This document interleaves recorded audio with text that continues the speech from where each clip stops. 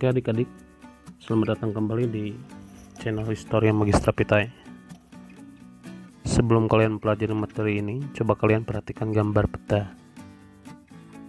Nah, peta tersebut menggambarkan proses kedatangan bangsa-bangsa Eropa ke Nusantara.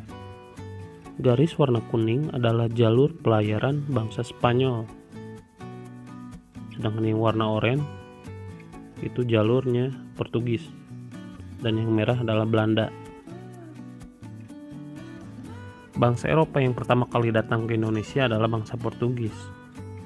Mereka sampai ke Indonesia tahun 1511 di bawah pimpinan Alfonso de Albuquerque pada abad ke-15. Bangsa Portugis merupakan salah satu bangsa yang mencapai kemajuan di bidang teknologi. Bangsa Portugis telah dapat membuat kapal-kapal yang lebih canggih dibandingkan dengan kapal-kapal sebelumnya, sehingga memungkinkan mereka melakukan pelayaran menyeberangi lautan luas. Faktor pendorong bangsa Eropa, Portugis, Spanyol, Belanda, dan Inggris datang ke Indonesia adalah faktor utama bangsa Eropa ke Indonesia adalah gold atau mencari kekayaan, glory mencari kejayaan, dan gospel menyebarkan agama, mencari pusat penghasil rempah-rempah untuk mendapatkan kekayaan. Mengapa demikian? Karena rempah-rempah adalah komoditi dagang yang sangat dibutuhkan di Eropa, sehingga sangat laku dan menjanjikan keuntungannya. Rempah-rempah dibutuhkan di Eropa untuk bumbu masak dan bahan minuman yang dapat menghangatkan badan. Berkembangnya merkantilisme di Eropa, di mana negara ikut campur dalam perekonomian.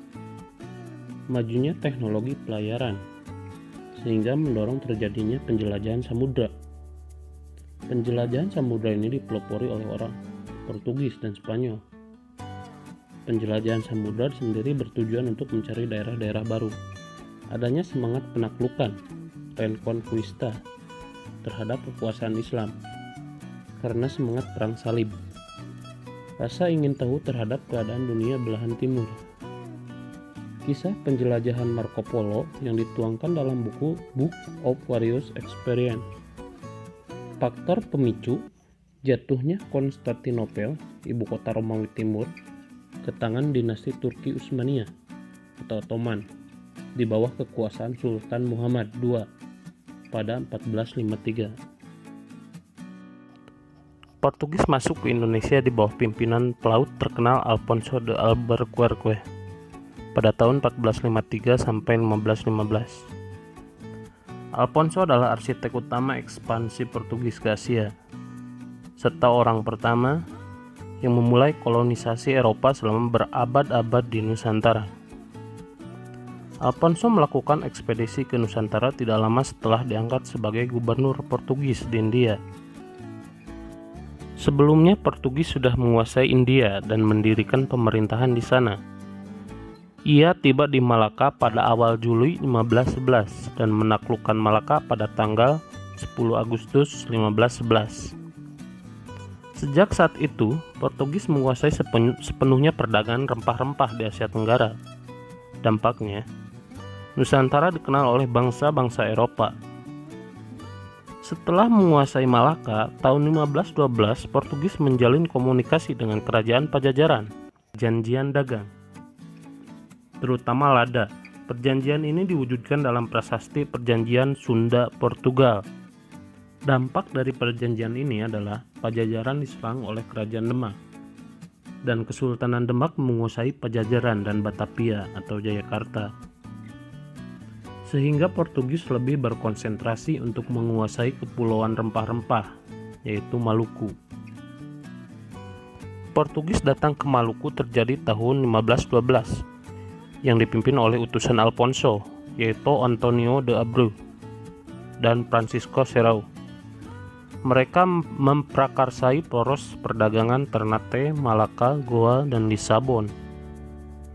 Portugis melakukan monopoli perdagangan di sana dengan menaklukkan Ternate dan Tidore. Kekuasaan Portugis di Maluku berlangsung cukup lama, sekitar tahun 1512 sampai 1641. Kebijakan-kebijakan yang dipraktikkan selama itu sangat berpengaruh terhadap kehidupan masyarakat Indonesia, yaitu Portugis berusaha menanamkan kekuasaan di Maluku, menyebarkan agama Katolik di daerah-daerah yang dikuasai, mengembangkan bahasa dan seni musik keroncong Portugis, sistem monopoli perdagangan cengkih dan pala di Ternate. Dengan kebijakan ini, petani Ternate tidak lagi memiliki kebebasan untuk menjual dan menentukan harga hasil panennya. Mereka harus menjual hasil panennya hanya kepada Portugis dengan harga yang ditentukan oleh Portugis.